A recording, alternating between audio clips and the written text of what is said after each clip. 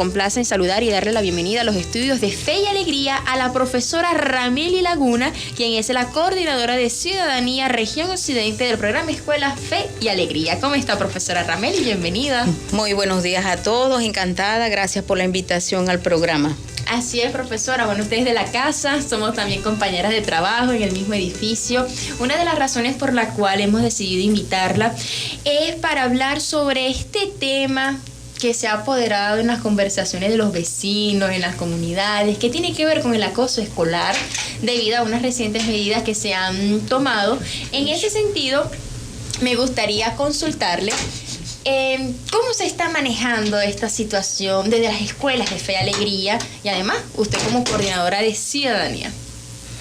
Bueno, Fe y Alegría no es nuevo en este tipo de temas. Nosotros hemos venido trabajando todo lo que tiene que ver con la protección desde hace más de 4 años, a raíz de la crisis humanitaria compleja.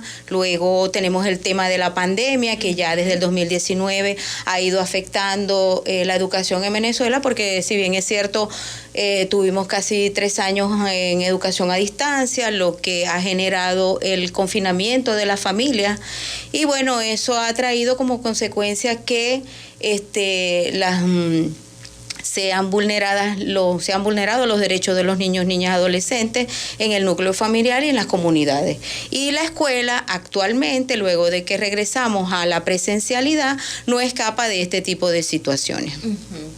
¿Qué ha venido haciendo Fe y Alegría? Bueno, preparando al personal, formándolo en temas como lo que tiene que ver con el código de conducta, cómo nuestros docentes se deben de comportar, cómo deben de accionar dentro de nuestras instituciones. Con ello se firma un compromiso de cumplimiento de políticas establecidas en la organización. También se ha venido formando todo el personal en lo que tiene que ver con la explotación y la violencia sexual, derechos humanos, perspectiva de género, violencia de género. Y bueno, contamos hoy día con 1.115 personas de nuestra plantilla del personal, incluyendo obreros y administrativos, formados en los diferentes temas. Es decir, que en este tiempo ustedes han aprovechado para sensibilizar en estos temas, además de acoso escolar. Sí, la Coordinación de Ciudadanía y Comunidad y Cultura de Fe y Alegría ha tenido un relanzamiento desde hace 4 años en donde nos hemos ocupado de la defensa de los derechos, tanto de los niños, niñas, adolescentes como de los adultos mayores y las mujeres embarazadas. ¿Por qué? Porque bueno, nos los está exigiendo el contexto. Nosotros no podemos transferir aprendizaje sin primero pensar en la parte socioemocional de nuestros estudiantes, cómo están los hogares, cómo están las comunidades y también cómo está nuestro personal, que también es importante. No, sí, bueno, o sea, se me venía a la mente sobre todo el tema de la pandemia que alteró muchas emociones, comportamientos, quizás porque hablamos de unos niños y niñas que venían prácticamente aislados en sus hogares por temas de cuidarse contra el COVID. Sí, también en ese sentido hemos tenido la fortuna o la suerte de que estamos trabajando con organizaciones que nos están apoyando de fuera. Tenemos 14 escuelas que están en proyecto con Save the Children y UNICEF, uh-huh, que también ellos tienen unos equipos PCS, equipos gestoría de casos, que nos permiten viabilizar esas situaciones que se van presentando en las escuelas. Si bien es cierto que no escapamos de este tipo de situaciones, porque esa es la realidad que tenemos en el contexto y en el país, pero lo que estamos haciendo es preparando al personal para que tenga herramientas de cómo enfrentar. Por eso es que Fe y Alegría ha elaborado un protocolo de prevención, intervención y seguimiento de la violencia contra los niños, niñas, adolescentes. Venimos trabajando todo lo que tiene que ver con cómo remitir los casos, cómo accionar, teniendo alianzas con las organizaciones que hacen vida en la comunidad, bien sea Consejo de Protección, Defensoría Escolar, Circuito Escolar. Y bueno, hoy precisamente hay una escuela de San Francisco que está recibiendo, los estudiantes están recibiendo formación en cuanto a acoso escolar y convivencia escolar. ¿No? Qué interesante. Sí, bien es cierto que, bueno, la palabra acoso escolar da mucho para hablar y, bueno, trae consigo la violencia. Nosotros queremos darle otra mirada desde el punto de vista del buen trato y la convivencia escolar. Entonces, la idea de nosotros, que ya venimos haciendo campaña desde el mes de marzo, mucho antes que las situaciones comenzaran a salir en algunos estados, sí. Ya venimos haciendo campañas contra el acoso escolar y la violencia. Okay. En las escuelas ya se están trabajando los temas con apoyo de especialistas o de los mismos docentes en los trabajos en el aula. Y desde la región, desde la Oficina Zonal, se ha socializado el anteproyecto de ley de convivencia escolar. Fe y Alegría emitió el comunicado 17, donde podemos trabajar lo que tiene que ver con la prevención, la detección y la intervención que podemos hacer cuando tengamos una situación de esta en nuestras escuelas. Cuéntenos, por favor, y para orientarnos también a las personas que nos escuchan, ¿cuál debe ser ese protocolo de prevención, intervención y seguimiento de la violencia contra niños y niñas y adolescentes que promueve el programa Escuela Fe y Alegría y que además pudiera servir de orientación, de horizonte para los padres, los representantes que a veces no pudiéramos saber cómo resolver esto? Bueno, lo importante de esto es tener un personal capacitado, porque el docente va a detectar cuando hay un caso de abuso o vulneración de derechos si conoce lo que significa cada una de los tipos de abuso. Okay, ¿cuáles son, profesor? Con el protocolo de prevención nosotros podríamos hablar de que existen la violencia física, el abuso psicológico, la explotación y el abuso sexual, la violencia de género, que si bien es cierto, la violencia de género no es que mamá le pega a papá, sino que los niños también salen afectados emocionalmente allí porque viven esa realidad en sus hogares, la explotación laboral, el trabajo infantil. Entonces, bueno, el docente tiene que conocer la definición de esos términos para tener claridad y poder brindar orientaciones. Con esto no quiero decir que los docentes somos expertos, porque los expertos en esa materia son las autoridades y los especialistas como psicólogos, los psicopedagogos, orientadores y psiquiatras. Es importante que hayan psicopedagogos orientadores en las escuelas, ¿no? Hoy día podemos decir que, bueno, Fe y Alegría está retomando a su personal COPRODE, ese equipo de psicólogo, psicopedagogo, trabajador social y orientador, es el equipo COPRODE. Podemos decir que tenemos al menos un personal de ese equipo en cada una de las 25 escuelas, porque si bien es cierto que la crisis país ha hecho que estos profesionales hayan emigrado, tuvimos un tiempo durante la pandemia donde no contábamos con ellos, pero bueno, gracias a Dios ya están retomando. Y bueno, lo importante también es después que yo reconozco o verifico que hay una vulneración de derechos de algún niño, niña, adolescente, conocer los canales de cómo debo accionar de cara a ello. Okay. Lo primero es mantener el secreto, porque va a depender del tipo de violación cómo yo voy a actuar.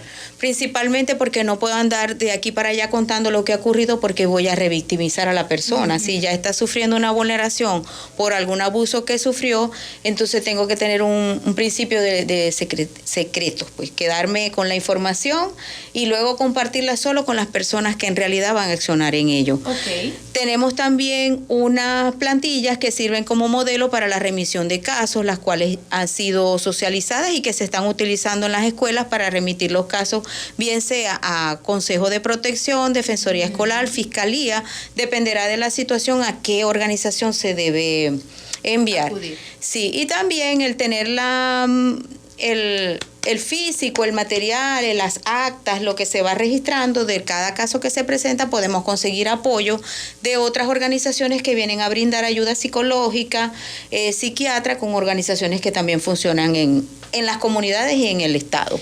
Es decir, dependiendo del tipo de violencia, se actúa. Conversábamos antes de entrar al aire sobre los diferentes tipos de violencia, ¿no? Hay algunos que son casos puntuales y otros que se considera acoso escolar cuando es de manera permanente. ¿Nos pudiera brindar esas diferencias? Sí, existen varios tipos de acoso. El acoso escolar no es solamente que uno golpea al otro. El acoso escolar también está definido como acoso verbal, que es el que está constantemente, antes nosotros le decíamos, no, que es burla. Pero cuando ya hay una constante en el día a día donde la persona ya se comienza a sentir mal, es un acoso verbal. Como los apodos, por ejemplo. Como los apodos, ciertamente. También tenemos el acoso, el ciberacoso, que es a través de los teléfonos celulares, en donde yo te puedo tomar una foto sin que te des cuenta y comienzo a postearla por las redes y colocando algunas frases que también hacen daño porque te está exponiendo a la persona. Claro. Y bueno, bueno, ciertamente el acoso escolar donde hay una persona que es víctima de un agresor que está constantemente golpeando o de alguna manera maltratando. Ese es el caso más grave. Ese es el caso más grave. Sin embargo, hay que tener claridad y por eso hablamos del personal de los centros formados, porque no todo puede ser acoso escolar. Existen situaciones en los estudiantes que a veces también escapan de nuestras manos, en donde ellos se van a las manos, pero sabemos que, más que todo en el caso de los adolescentes, pero sabemos que son situaciones puntuales que ocurren entre ellos. No lo puedo definir desde el primer momento como acoso escolar. Okay. ¿Qué es lo peligroso ahí? Que esas situaciones ocurran y que yo grabe y que comience a difundir la información por las redes o por los grupos. Allí sí comienza el ciberacoso, porque entonces yo estoy difundiendo una información de unas personas que no me han autorizado para ello y comienza a correr por las redes sociales, entonces voy a vulnerar a aquellos que a lo mejor se agarraron por cualquier tontería y resulta que yo estoy promoviendo algo o difundiendo algo que es ilegal. Y además que los expones porque hablamos de menores de edad. Por supuesto, nadie tiene el permiso en nuestros centros de publicar imágenes de nuestros estudiantes, bien sea en una exposición de algún trabajo. Okay. Primero se le pide permiso al representante, también al inicio del año escolar, el representante firma un permiso donde se le pueden tomar fotos al estudiante o video, pero en el momento en que se vaya a hacer una actividad donde requiera una fotografía o un video, se vuelve a pedir permiso al representante por escrito. Fíjate esos detallitos tan importantes, ¿no? Sinceramente, yo quedé asombrada en las noticias y qué bueno que lo resaltas y lo explicas, porque se han estado visualizando videos de estas peleas, de estos conflictos, y expone la cara de esos niños o niñas que están implicados en el hecho, entonces completamente que los termina vulnerando. Claro, y eso es totalmente ilegal. Yo no puedo exponer a ningún niño a las redes sociales, niño o niña, adolescente, porque yo estoy violando su derecho de privacidad. También, ¿cómo se llama? El retuitear, por ejemplo, estos videos que están saliendo por las redes sociales en donde salen los estudiantes, hasta la cara de los estudiantes que han, o de personas en la comunidad que también lo hacen, porque hubo un caso que fue en una cancha, no fue en una escuela. Cuando yo difundo eso, yo también estoy violando la ley, porque si yo, Rameli, lo sube y Graciela también lo empieza a compartir, ambas estamos violando la ley. Entonces, eso sí lo tenemos claro nosotros en nuestras escuelas, de que no podemos exponer ningún video de los niños, niñas, adolescentes, salvo consentimiento de los padres, madres y cuidadores. Así es. Profesora Rameli, háblenos del comunicado número 17 o 19. Sí, 17, el comunicado que están promoviendo desde el programa Escuela Fe y Alegría. Sí, la intención de este comunicado es que tengamos claro lo que es el acoso escolar o bullying, también que nos da unas ideas de cómo prevenir, qué actividades ponemos a hacer en las escuelas, que ya estamos montados en eso. Ciertamente ya hoy comenzó también otra vez una campaña regional, se comienza a difundir por las redes sociales flyer, infografías, podcast, videos, en donde invitamos a la convivencia pacífica, pero al mismo tiempo le damos ideas a la comunidad de lo que debemos hacer en cuanto a prevención. Es una tarea de todos. No solamente de los docentes, sino también de los representantes de las comunidades. Sí, porque ciertamente cuando estuvimos en la virtualidad teníamos los grupos de atención que se han mantenido y se mantendrán siempre, y por allí se le pasa la información a los padres, madres y cuidadores y a la comunidad, a los aliados, todo. Cuando eso llega a las redes, ya sabemos cómo es, eso va. Y también el comunicado 17 nos habla de cómo podemos detectar un caso de acoso escolar en las actitudes de los estudiantes y cómo podemos intervenir, que si bien es cierto contamos con el protocolo para el proceso de intervención. ¿Este protocolo es reciente o ya existía? No, desde el 2019. Desde el 2019. Pero ya veníamos trabajando anteriormente al 19 con el protocolo de la violencia sexual de la profesora Luisa Pernalete. Por también. Supuesto. Ok, y el comunicado sí es reciente. El comunicado, como una serie de normas. Sí, el comunicado es de la semana pasada porque, bueno, si bien es cierto en este país nosotros tenemos que ir actuando sobre la marcha, porque la realidad nos cambia en el día a día. Totalmente. A todos, en la casa, en la escuela, en el trabajo, todo nos va cambiando y vamos accionando de cara a cómo se nos va presentando la realidad del contexto. Y el comunicado 17 fue emitido a raíz de que han salido muchos casos de acoso escolar en el país y bueno, no está de más ya de una vez formalizar la prevención, la detención y la intervención de estos Prevenir casos. para evitar que esos eventos se registren. Como dice uno, en la prevención está el remedio, la medicina muchas veces. Nos corresponde hacer una pausa, son las 10 y 26 minutos, profesora. Mire, al regreso me gustaría que conversáramos también, ya hablamos un poco de las causas, lo importante que es atenderlo. Entonces yo le quisiera preguntar cuál es la ruta para prevenirlo efectivamente, porque en el material que me acaba de facilitar aparecen una serie de casos como romper el tabú, formación de identidad, contactos de emergencia, para darle también recomendaciones a nuestra audiencia, ¿no? Y bueno, a todas las personas, un saludo también a todos los profesores, profesoras, maestros y maestras que de Fe y Alegría, que estoy segura que deben estar escuchando a su compañera. Sí, que es un personal muy valioso, muy valioso. En este folleto, que me parece maravilloso porque lo cuenta todo muy resumido, hablamos de una serie de pasos, ruta para prevenir efectivamente la violencia contra niños, niñas y adolescentes. Hablamos de romper el tabú, formación de identidad. Cuéntanos de estas iniciativas que desde este momento están iniciando o retomando, mejor dicho, los programas de Fe y Alegría. Bueno, hay una situación que ocurre no solamente en las escuelas de Fe y Alegría, sino en las comunidades en donde la violencia se ha ido normalizando. Okay. Cualquier maltrato o cualquier abuso a la gente le parece hasta normal. ¿Qué hemos decidido nosotros? Desde Fe y Alegría, tener un personal formado que pueda detectar, porque si bien es cierto, es difícil que consigamos la denuncia directamente del agresor o de los involucrados, cómplices, sino que las denuncias las obtenemos a través de las conductas que presentan los estudiantes, o en algunos casos ellos abiertamente comentan qué situación están viviendo. Es por ello que establecimos un protocolo de cómo atender, una ruta de cómo atender los casos de acuerdo a la situación que se presente. Hay situaciones de violencia sexual o abuso sexual que no tienen ningún tipo de mediación. Allí hay que ir directamente a colocar la denuncia.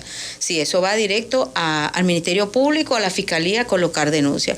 Pero, por ejemplo, situaciones de abuso psicológico, tiene su protocolo, la docente detecta, va haciendo la intervención, se busca el contacto con los padres, madres y cuidadores, se busca el apoyo psicológico ofreciéndole los primeros auxilios psicológicos, y luego si necesita también un abordaje médico, a través del representante se busca la manera de que también sea atendido, y si requiere un abordaje legal, también se sigue esa ruta dependiendo de la situación.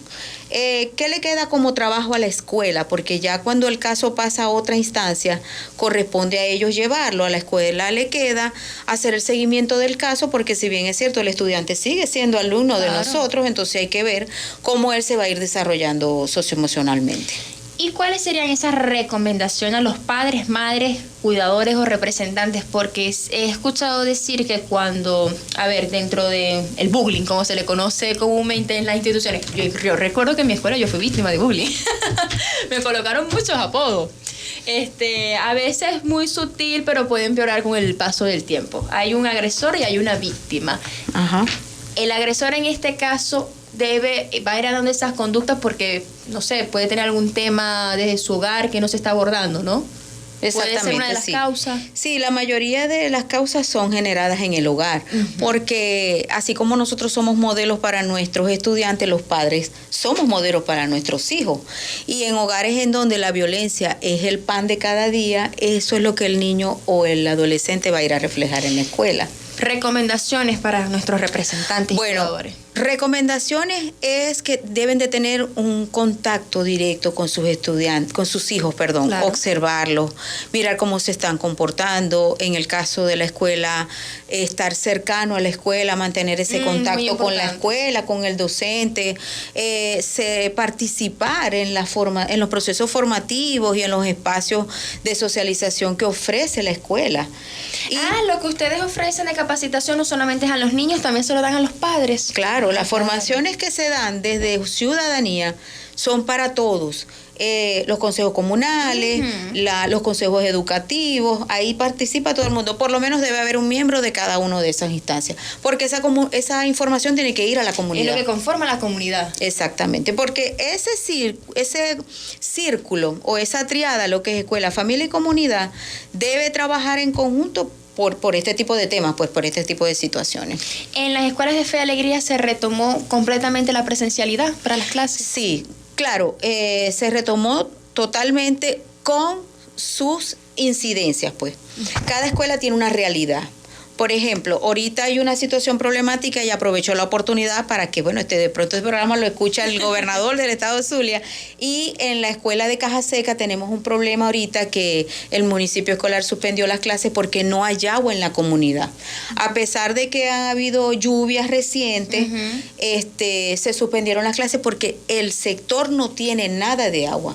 Entonces, ¿qué trae eso como consecuencia? Bueno, puede haber hepatitis, puede haber cualquier tipo de enfermedades. Entonces también se está coartando el derecho a la educación de los estudiantes por esta misma situación. Por supuesto. Profesora, hablemos como coordinadora de ciudadanía de la importancia de los valores y los deberes, de inculcarlos a nuestros niños y niñas.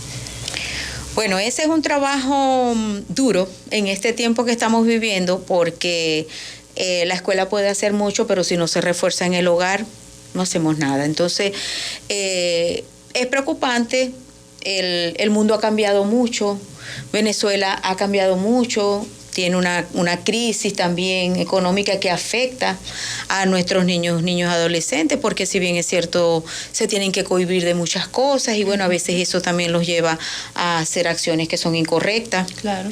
Pero sí es importante desde el hogar reforzar, estar atento a lo que se da en la escuela, escuchar a los maestros, escuchar a los expertos. Esos encuentros que ustedes hacen en las comunidades también son importantes porque ustedes llevan un mensaje de paz, de convivencia, de amistad. Eso ahorita hay que rescatarlo. De verdad que es el mensaje, lo más importante que yo le diría a los padres es que estén atentos a las acciones o cómo sus niños, niñas, adolescentes actúan, tanto en la comunidad, en el hogar, como en la escuela. No, y además no centrarnos en el problema, porque conversando con usted hay una serie de soluciones y de acciones que podemos tomar para poder prevenir este tipo de acoso escolar, ¿no? Sí, hay escuelas que para darle la vuelta al asunto están haciendo campañas sobre el buen trato, la convivencia en el aula, la convivencia escolar, espacios de recreación y disfrute. Nosotros tenemos un horario establecido que los días viernes son días para la recreación y trabajar lo lúdico, reforzando lo que se ha visto durante toda la semana. Entonces, los muchachos han estado tanto tiempo encerrados que eso es una necesidad que ellos tienen y que eso también ayuda a drenar, sobre todo los estudiantes de bachillerato, ayuda a que ellos drenen todas esas energías que a lo mejor tanto tiempo estar encerrados las han tenido allí y necesitan de esos espacios de disfrute. Así es. Bueno, profesora, ¿qué se tiene en agenda desde la Coordinación de Ciudadanía en programa escuela? Ya nos adelantó una serie de iniciativas. ¿Qué otras cosas hay por allí que se estén cocinando? Bueno, nosotros ahorita estamos iniciando formalmente la campaña en la región sobre el acoso escolar. ¿Cómo se llama? ¿La campaña tiene un nombre? No, al bullying, el hashtag, el bullying fuera de mi escuela. Hay varios jingle que se llama eso, sí, hay varios. El hashtag en el Twitter. Y también estamos ahorita haciendo mesas de trabajo con los estudiantes de bachillerato sobre el tema de la perspectiva de género y el noviazgo sin violencia. Entonces estamos manejando ese tema con estudiantes desde 6º grado hasta 6º año. Me parece un tema sumamente interesante porque, bueno, entre los tipos de violencia que hablábamos está la violencia de género y también hemos visto a través de los medios digitales el caso de Jesús Enrique Lozada, por ejemplo, una joven de apenas 14 o 15 años, bueno, terminó... Claro, y hay otro caso reciente, el de Caracas, la chica de 16 años, deportista, que también el novio. Muy joven. Pero bueno, eso también, el noviazgo también genera violencia si no es un noviazgo bien llevado. Entonces, bueno, sabemos que los estudiantes hoy día, yo también lo digo como madre, los muchachos hoy día ya están, a la edad que tienen, ya están en eso del enamoramiento, entonces es importante que también conozcan hasta qué punto puedo yo permitir o no puedo permitir situaciones en esa relación. Para tener noviazgos sanos y no tóxicos, como dice uno. Exactamente. Entonces se están haciendo mesas de trabajo en las escuelas con los estudiantes respecto al tema. Y sobre todo que tú decías lo del tabú. Sí, hay que ir, porque es que estamos en el siglo XXI, el mundo ha cambiado mucho. No, y además que la información que no consiguen en la escuela o en la casa lo encuentran en internet. La encuentra o con algún amiguito que se la va a dar de otra manera. Entonces sí es importante mantener el contacto con el estudiante, cómo se está desarrollando, con las familias, la familia con la escuela. Eso es lo que va a disminuir los niveles de violencia, porque que yo aplique una medida cautelar de un día para otro no va a resolver el problema. El problema se va a resolver cuando yo prevengo con la formación y la información. Es decir, se debe incentivar las políticas del Estado para ese tipo de prevenciones. Exactamente, promoverlas más, mejor dicho. Bueno, profesora, muchísimas gracias por acompañarnos el día de hoy. No, yo encantada. Gracias por el espacio.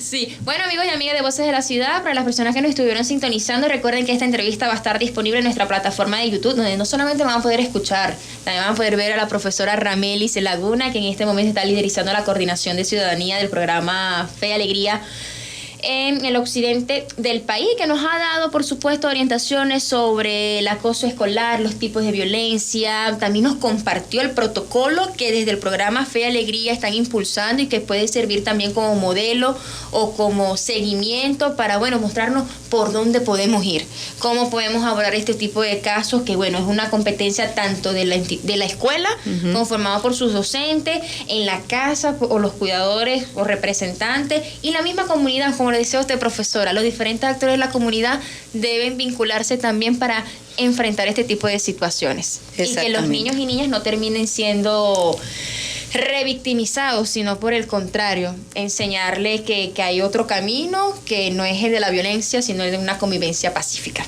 Exactamente, muy bien dicho.